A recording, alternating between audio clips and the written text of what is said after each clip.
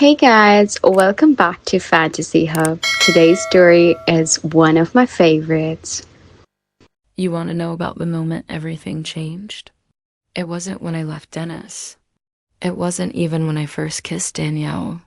It was the day I realized I could hear what the animals were thinking and that they understood me better than my husband ever had. I remember that Tuesday morning at Pine Ridge Animal Shelter like it was yesterday. The autumn air carried the scent of wet leaves and that particular mixture of hope and desperation that clung to every rescue facility.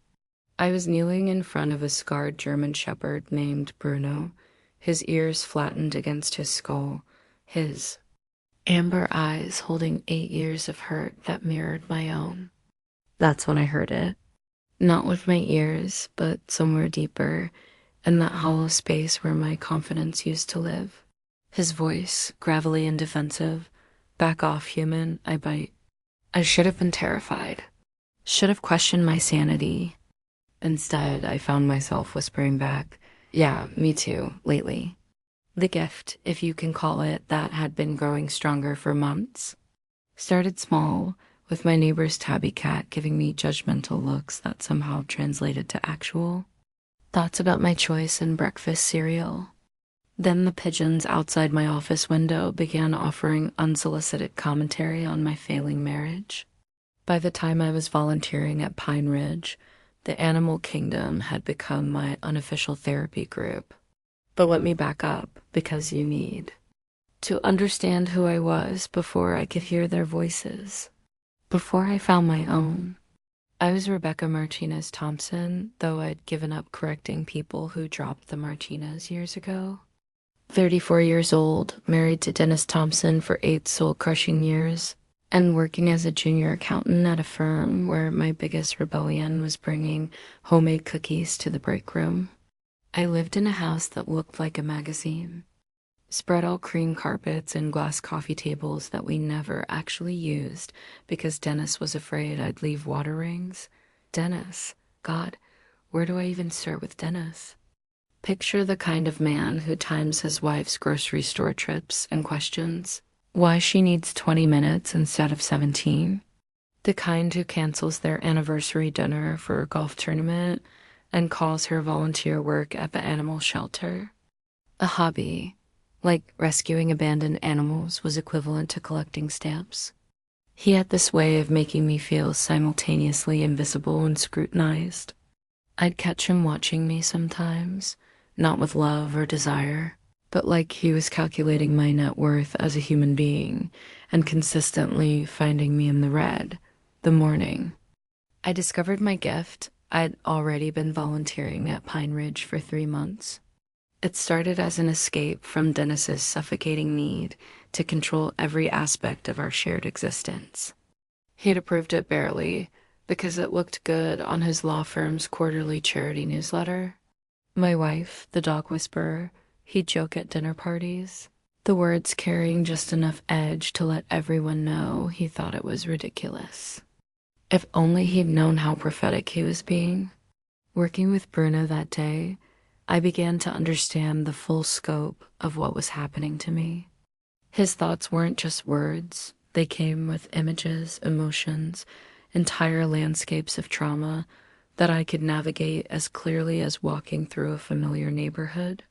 I saw the chain that had kept him tied to a post in someone's backyard, felt the hunger that had gnawed at his belly for weeks, experienced the moment when trust died in his heart, replaced by the armor of aggression. Someone hurt you bad, didn't they? I whispered, and his mental voice shifted slightly. They always do. Humans promise safety, then disappear. I spent the next hour just sitting with him, not pushing, not trying to fix anything. Just being present while his thoughts slowly unwound from defensive snarls to cautious observations. By the end of our session, he'd allowed me to touch his head, and his mental voice had softened to something approaching hope. You're different, broken, but not mean broken, sad broken. That's when I knew the animals weren't just communicating with me, they were seeing me. Really seeing me in a way Dennis never had. The shelter staff started calling me the dog whisperer after I helped them understand why Meredith, a nervous border collie mix, wouldn't eat unless her food was placed exactly 3 feet from the kennel door. Her thoughts had shown me the cramped puppy mill cage where she'd been forced to eat while surrounded by her own waste. She needed distance. She needed dignity. She needed someone to listen. Word spread quickly in our small town. Within a month, I was spending more time at Pine Ridge than at home, translating barks and meows into actionable advice that transformed the shelter's success rate. Difficult dogs found homes. Cats who'd been labeled antisocial revealed themselves to be traumatized but healable. I became the bridge between their world and ours. Dennis, predictably, hated it. "You're making a fool of yourself," he'd say, pacing our pristine living room while I tried to decompress from another day of emotional labor. "People are starting to think you're unhinged. My partners are asking questions." What he really meant was that I was becoming someone he couldn't control, someone with purpose beyond making his life more convenient. The animals had given me something he'd spent 8 years systematically taking away: confidence in my own instincts. The night everything shifted was a charity wine tasting at the Riverside Country Club. Dennis had insisted. I attend not because he wanted my company, but because the optics of a devoted wife were important for his career. I borrowed a black dress from my sister, applied makeup with shaking hands, and spent the entire drive listening to him critique my appearance. "Try to be charming tonight," he'd said, adjusting his tie in the rearview mirror. "And for God's sake, don't mention the animal thing. These people donate real money, not time." I made it exactly 17 minutes before I spilled Cabernet Sauvignon down the front of my dress. Standing in the middle of the country club's marble foyer, wine dripping onto their imported rugs, I wanted to disappear. The familiar weight of Dennis's disapproval pressed down on me, and I braced myself for his barely contained fury. Instead, I heard laughter. Not the cruel kind I'd grown accustomed to, but something warm and genuine. "Nice aim," a voice said behind me. "You here for the dogs or the drama?" I turned to find a woman in a navy blazer extending a cloth napkin, her eyes bright with amusement rather than judgment. She was maybe 40, with short auburn hair and the kind of smile that suggested she'd rather be anywhere else too. Her name: tag read Dr. Danielle Hart, head veterinarian, Pine Ridge. My pulse spiked. I'd heard about Dr. Hart, the legendary veterinarian who'd single-handedly spayed every feral cat in 3 counties, who worked 18-hour days and never charged struggling families full price. The woman who'd built Pine Ridge's reputation as the most successful no-kill shelter in the region. The dogs, I managed, accepting her napkin. Definitely the dogs. Her smile widened. "Rebecca, right? The famous dog whisperer?" "Famous, not ridiculous, not embarrassing. Famous." "I prefer translator," I said, surprised by my own boldness. "Even better. Want to escape this circus and grab coffee somewhere real?" Looking back, that might have been the moment I fell in love with her. Not romantic love, not yet, but something deeper. The love you feel for someone who sees you drowning and throws you a life. Preserver without asking what you did to end up in the water. We ended up at an all-night diner, still in our formal wear, talking about everything except the charity event we'd abandoned. Danielle had stories that made me laugh until my sides ached, like the time she'd had to extract a Barbie doll from a Great Dane's digestive system, or the morning she'd arrived at work to find someone had dumped a litter of puppies in the parking lot with a note that simply read, "Please." But it was the way she talked about the animals that captivated me. She spoke about them as individuals with complex emotional lives, with preferences and fears and dreams that deserved respect. She built her entire career around the radical notion that every creature's suffering mattered. "You know what I love about your gift?" she said over her third cup of coffee. You don't just hear them, you believe them. Sometimes I wonder if I'm losing my mind, I admitted. Maybe. Or maybe the rest of us are so busy talking, we forgot how to listen. When I finally got home at 2 in the morning, Dennis was waiting. In the kitchen, still in his tuxedo, his face a mask of controlled rage. Where were you? Having coffee. With Dr. Hart from the shelter? His jaw tightened. That woman has a reputation, Rebecca. What kind of reputation? But he wouldn't say. Couldn't say, because Dr. Danielle Hart's reputation was built on competence, compassion, and an unwavering commitment to saving lives. The only thing controversial about her was her refusal to compromise her principles for anyone's comfort. Over the next few months, Danielle and I developed a routine. Late-night shelter shifts when the animals were calmer and my gift was strongest. She'd teach me basic veterinary skills, how to check vital signs, clean wounds, recognize signs of illness, while I translated the animal's needs and fears. Working together felt like dancing with someone who'd learned the steps to match your rhythm. When Bruno needed surgery to repair an old injury, I could communicate his specific anxieties while Danielle adjusted her approach to make him feel safe. When a litter of feral kittens arrived, traumatized and half-starved, their mother's thoughts guided us to the exact combination of patience and intervention they needed to survive. You know, Danielle said one night, stitching a cut on a stray dog's paw while I held him still. I've been doing this for 15 years, and I've never seen anything like what you do. Our fingers brushed as she handed me the antiseptic, and something electric passed between us. Not just attraction, though that was certainly there, but recognition. The feeling of finding someone who understood not just what you did, but why. It mattered. Even Bruno noticed. His thoughts, which had grown progressively more trusting over our months together, shifted whenever Danielle entered the room. She's safe, he'd think, and somehow I knew he meant safe for me, specifically. Safe for my heart, which had been locked away for so long I'd almost forgotten it existed. But Dennis was watching. Dennis was always watching. I should have seen it coming when he started asking pointed questions about my schedule, about why. I was volunteering so many evenings about whether Dr. Hart was influencing me in unhealthy ways. I should have recognized the signs, the way he'd suddenly appear at the shelter during my shifts, the questions about Danielle's personal life, the increasingly aggressive comments about women who prey on vulnerable marriages.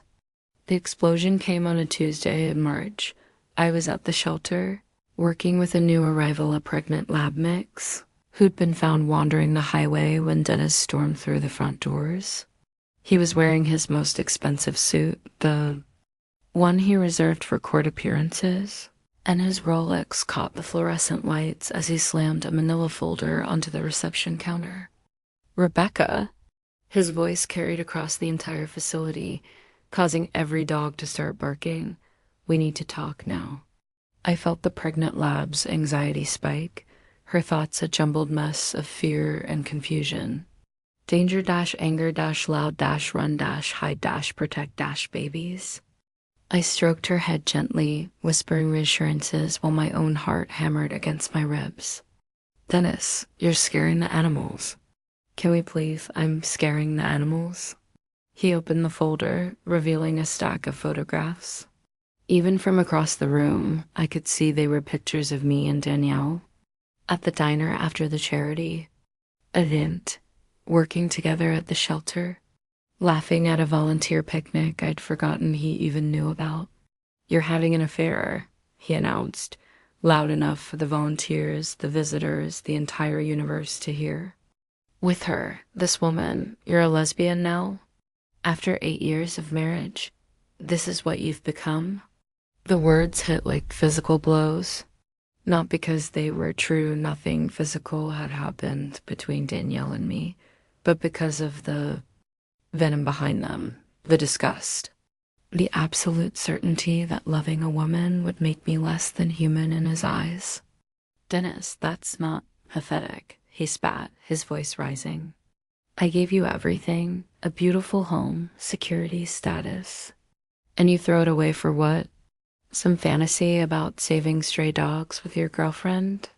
Around us, the shelter had gone completely silent except for the nervous whimpering of frightened animals.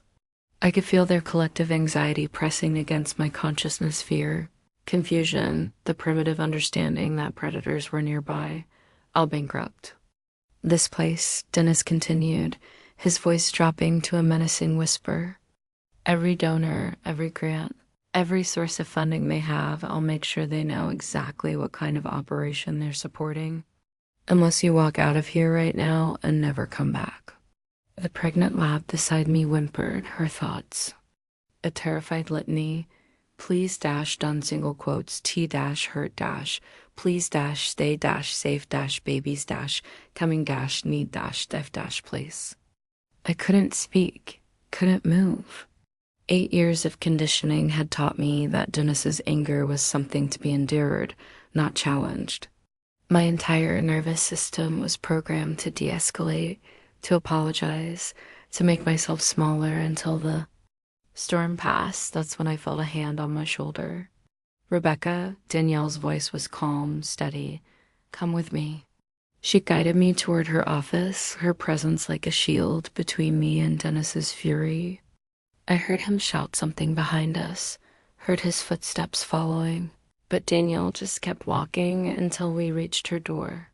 She ushered me inside and turned the lock with a decisive click. The sound of that lock engaging was the most beautiful thing I'd ever heard. For the first time in 8 years, I was in a room where Dennis couldn't follow, where his voice was muffled, where someone had chosen to protect me instead of appeasing him. Tell me what you want, Rebecca, Danielle said, her back still against the door. Not what you're afraid of. Not what he's told you to want. What do you want? I stared at her, this woman who'd spent months showing me what it felt like to be seen, to be valued, to be trusted with important work that made a difference. This woman who'd locked the door not to trap me, but to give me a choice. The pounding started then, Dennis rattling the doorknob, demanding I come out and stop embarrassing myself. But for the first time in years, I wasn't focused on his voice. I was listening to something else entirely. My own heart finally loud enough to hear. I crossed the room in 3 steps and kissed her. It was messy and desperate and imperfect, the kiss of someone who'd forgotten how to want something for herself. But Danielle kissed me back with a tenderness that made me understand, finally, what all those love songs had been trying to say. When we broke apart, the pounding on the door had stopped. Dennis's voice had faded to something distant and irrelevant. I want this, I whispered against her lips. I want you. I want to be someone who can hear what the animals are saying and help them find homes where they're loved. I want to matter. Danielle smiled, her hands framing my face. You've always mattered, Rebecca. Now you just know it. The divorce was ugly, as I'd expected. Dennis tried every manipulation in his considerable arsenal: tears, rage, promises to change, threats to destroy everything I cared about. He followed through on some of them. Several shelter donors did pull their funding after his whisper campaign. The local newspaper ran a cruel editorial about moral decline and traditional values. But for every door that closed, 2 more opened. The story of the shelter's miracle worker spread beyond our small town, bringing new volunteers, new donors, new families looking for animals who'd been properly understood and healed. A regional television station did a feature on my work, carefully avoiding the personal drama, but focusing on the remarkable success rate we'd achieved. More importantly, I learned something crucial during those difficult months. I was stronger than I'd ever imagined.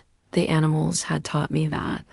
Every day I worked with creatures who'd survived abandonment, abuse, neglect trauma that should have broken them completely. Yet they still found ways to trust, to love, to hope for better tomorrows. If they could do that, surely I could survive one vindictive ex-husband. Danielle was my anchor through all of it. Not just as a lover, though, those first months of discovering what it felt like to be wanted, truly wanted, were a revelation, but as a partner who understood that healing wasn't a destination, but a daily choice. She never tried to fix my damaged places. Instead, she loved me through them, the same way I'd learned to love the scarred animals at the shelter, with patience, with respect for the journey, with faith that broken things could still be beautiful. A year after I left Dennis, I was living in a tiny apartment above the local bakery. It wasn't much to look at: one bedroom, a kitchenette, walls thin enough that I could hear my neighbor's television, but it was mine. Every stick of furniture, every book on the shelves, every decision about paint colors and curtain fabrics had been made by me for me. My menagerie had grown considerably. Bruno had officially adopted me, deciding that after a lifetime of abandonment, he was never letting his person out of his sight again. Judge Judy, the feral cat I'd successfully socialized, had claimed the bookshelf as her kingdom and spent her days glaring disapprovingly at anyone who didn't meet her exacting standards. A three-legged beagle named Clarence had joined our pack after his previous owners decided his medical needs were too expensive. A pair of elderly guinea pigs lived in a spacious habitat by the window, chattering their approval whenever Danielle visited, which was most nights, if I'm being honest. We'd developed our own rhythm, separate from but connected to our work at the shelter. Quiet dinners where she'd tell me about her day, the surgery that saved a puppy's life, the difficult conversation with owners who couldn't afford their pet's cancer treatment, the joy of watching a shy cat blossom in the right home. I'd share the stories my gift brought me, the anxieties, hopes, and dreams of creatures who'd never been asked what they needed before. On weekends, we'd take the dogs hiking in the state park, Bruno leading our little pack with the dignified authority of someone who'd finally found his place in the world. Danielle would point out different species of birds, their thoughts adding a running commentary to our walks that made me laugh until my sides ached. It wasn't the life I'd planned when I married Dennis at 26, convinced that safety lay in being what someone else wanted me to be. It was better. It was real. The proposal happened on an ordinary Thursday evening in October. I was grading applications for our new foster program while Danielle stirred pasta sauce at my tiny stove, wearing my old college hoodie and humming something under her breath. Bruno was sprawled across my feet, radiating contentment, while Judy supervised from her perch on the refrigerator. "Marry me," Danielle said suddenly, not turning from the stove. I looked up from my paperwork, certain I'd misheard. "What? Marry me? The dogs like me better anyway." She said it so casually, like she was asking me to pass the salt, but when she turned around, her eyes were serious, hopeful, a little scared. I started laughing. Not the polite laughter Dennis had preferred, but the full-body kind that bubbles up from somewhere deep and pure. I laughed until tears streamed down my cheeks, until Bruno's thoughts turned concerned. Happy tears? Sad tears? Human confusing? Until Danielle started laughing too. "Is that a yes?" she asked, crossing to where I sat surrounded by foster applications and animal medical records. "That's a hell yes," I said, pulling her down for a kiss that tasted like marinara sauce and forever. Bruno's tail thumped against the floor.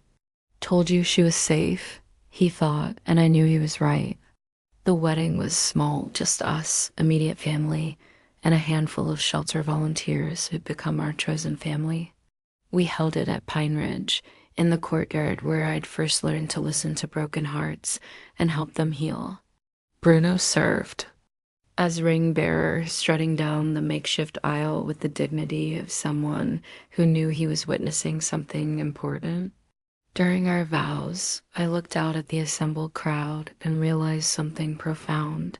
This was what it felt like to be surrounded by people who saw me, really saw me, not as Dennis's wife, not as someone playing a role to earn love and acceptance, but as Rebecca, the woman who could hear what the animals were thinking, who'd chosen love over fear, who'd built a life worth living. You know what I love most about you? I told Danielle, holding her hands while our friends and family wiped their eyes. You didn't save me. You gave me the space to save myself. Now, 3 years later, our life has settled into something beautifully ordinary. We bought a house with a big backyard where our pack can roam safely. I've written a book about animal communication that's helped shelters across the country improve their success rates. Danielle opened a low-cost clinic that serves families who can't afford traditional veterinary care. We still work together at Pine Ridge, still translate fear into understanding, still watch broken animals discover that some humans can be trusted.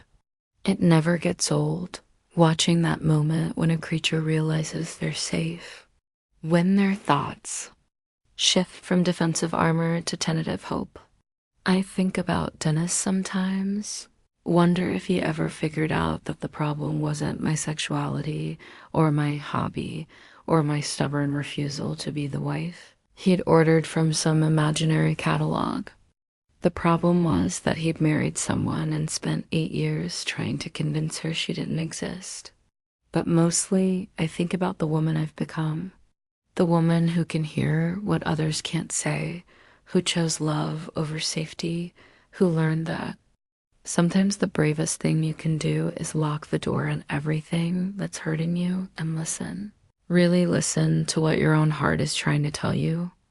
Bruno is older now, his muzzle gray and his joints stiff, but his thoughts are still clear.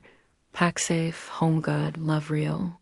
Judge Judy remains eternally unimpressed with the world, though she's grudgingly accepted that Danielle deserves a place in her domain. Our family has grown to include 2 more rescue dogs, a one-eyed cat named Pirate Pete, and an African gray parrot whose thoughts are so profane I can't repeat them in polite company. Every morning, I wake up in a bed I chose next to a woman who loves every broken and healing part of me, surrounded by creatures who've taught me that survival isn't enough, you have to fight for joy. And every day, I remember that the moment everything truly changed wasn't when I discovered my gift, or when I kissed Danielle, or even when I left Dennis.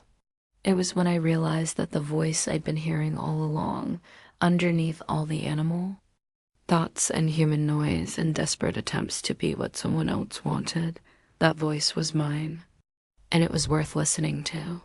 Sometimes people ask me if I miss the life I had before. The security of being married to a successful lawyer, the beautiful house with its perfect furniture, the simplicity of letting someone else make all the decisions. They ask if the gift is a blessing or a curse, whether hearing everyone's pain is worth the connection it brings. I tell them about Bruno, who went from being labeled aggressive and unadoptable to being the gentlest soul I've ever known. I tell them about the hundreds of animals who found their forever homes because someone finally listened to what they were trying to say. I tell them about Danielle, who sees my strange gift not as something to be tolerated, but as something beautiful and necessary. And I tell them about the woman I used to be so quiet, so careful, so convinced that her own voice didn't matter, and how she learned to lock out the voices that diminished her, so she could finally hear the one that would save her, her own. The animals taught me that we're all just looking for someone to see us, to understand what we're trying to communicate, to believe that our needs and fears and hopes matter. They taught me that healing is possible, that trust can be rebuilt, that love doesn't require you to diminish yourself to earn it. But most importantly, they taught me to listen not just to their thoughts, but to the voice inside me that had been whispering the truth all along, that I deserved better, that I was worth fighting for, that the person I was becoming was infinitely more valuable than the person I'd been pretending to be. These days, when scared animals arrive at Pine Ridge, their thoughts defensive and desperate, I don't just hear their pain. I hear their potential, their capacity for joy, for trust, for love, if only someone will give them the chance to heal. I suppose that's true for all of us, really. We're all just hoping someone will look past our scars and defensive postures to see who we really are underneath. We're all hoping someone will believe we're worth saving. And sometimes, if we're very lucky, that someone turns out to be ourselves. Pack safe, home good, love real. Bruna thinks every morning as we settle into our routine.